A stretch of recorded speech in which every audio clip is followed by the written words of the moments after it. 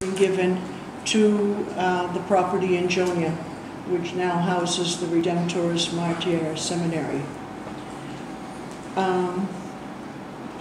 When the relics of St. Therese made their wonderful visit to Guam, the Carmelite nuns went out of the cloister and went to the cathedral to welcome the relics there. I happened to meet Monsignor David, and he told me that in the absence of Archbishop Aperon, that he had a difficult decision that had to be made quickly, and that decision was about the property. I do not know who were the persons who found about the property, who secured the loan, anything about the Archdiocesan Finance Council and their hand in it. I do not know any of that. What I knew was that the Carmelite nuns devote their lives in loving prayer in the heart of the church, and our focus is on prayers for the priesthood.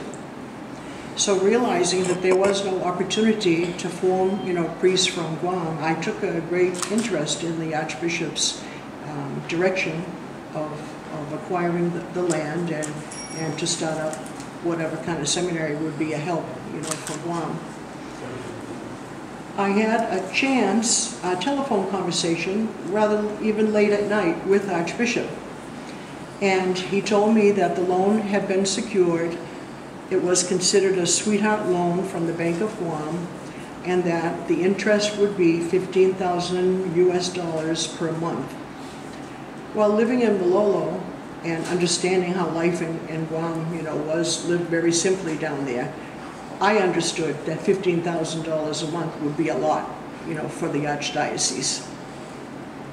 Thinking of how we could advance the project, I have a lot of associates in the Carmelite monasteries in the United States.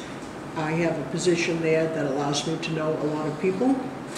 And so without saying anything to Archbishop, I picked up my phone and called to the States.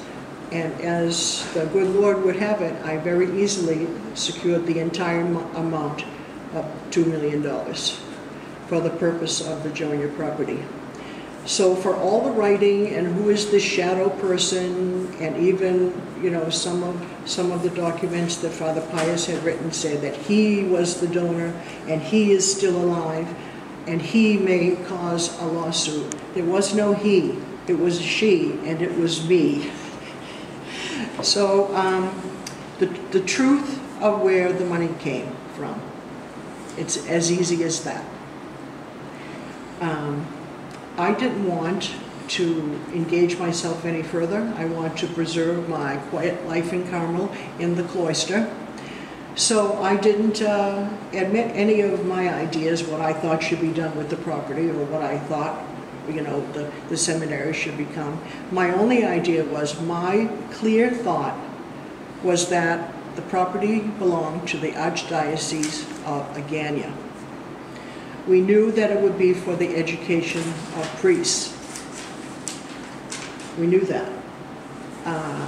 We never said anything about the Redemptoris Martyr Seminary.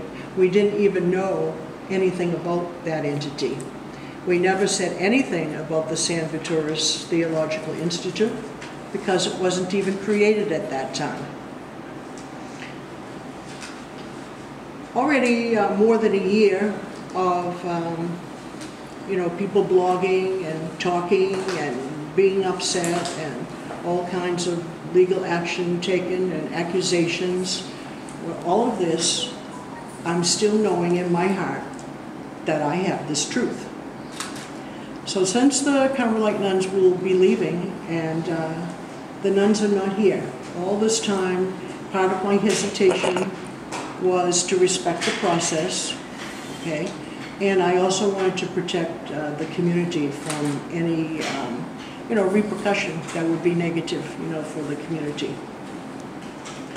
So, at a certain point, I thought, let's see if we could do more about it, because obviously the land was not being used for the purpose that for which we gave it.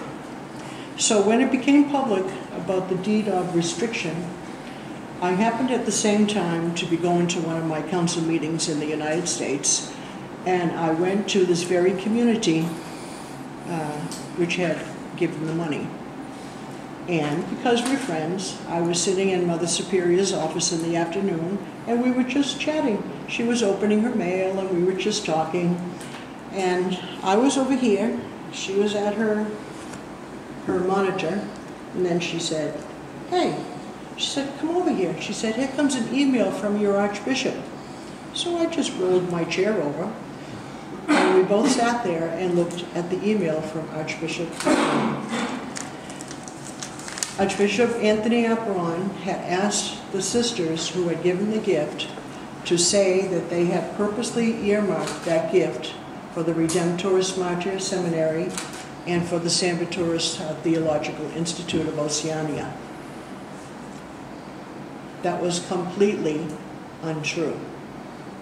We immediately followed up with forwarding that letter to the nuncio in New Zealand. It was immediately forwarded to Rome, and at that, we immediately submitted everything to the attorney in St. Louis. The attorney reviewed everything. Our response was very simple, to say that we could not admit to what he wanted us to do because it was a lie. So the attorney in St. Louis said we certainly could litigate, but being Carmelites, we probably would not want to do that, and we left it at that.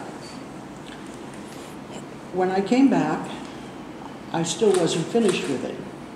I made an appointment with Archbishop Apron, and we sat just as close as we are now. And I asked him, I said, "Archbishop, why did you send that letter indicating that we had donated that property and allowing for the deed of restriction when you know it was not true?" He reacted, he said, "I'm not the one who did it. Pius and they did it. They framed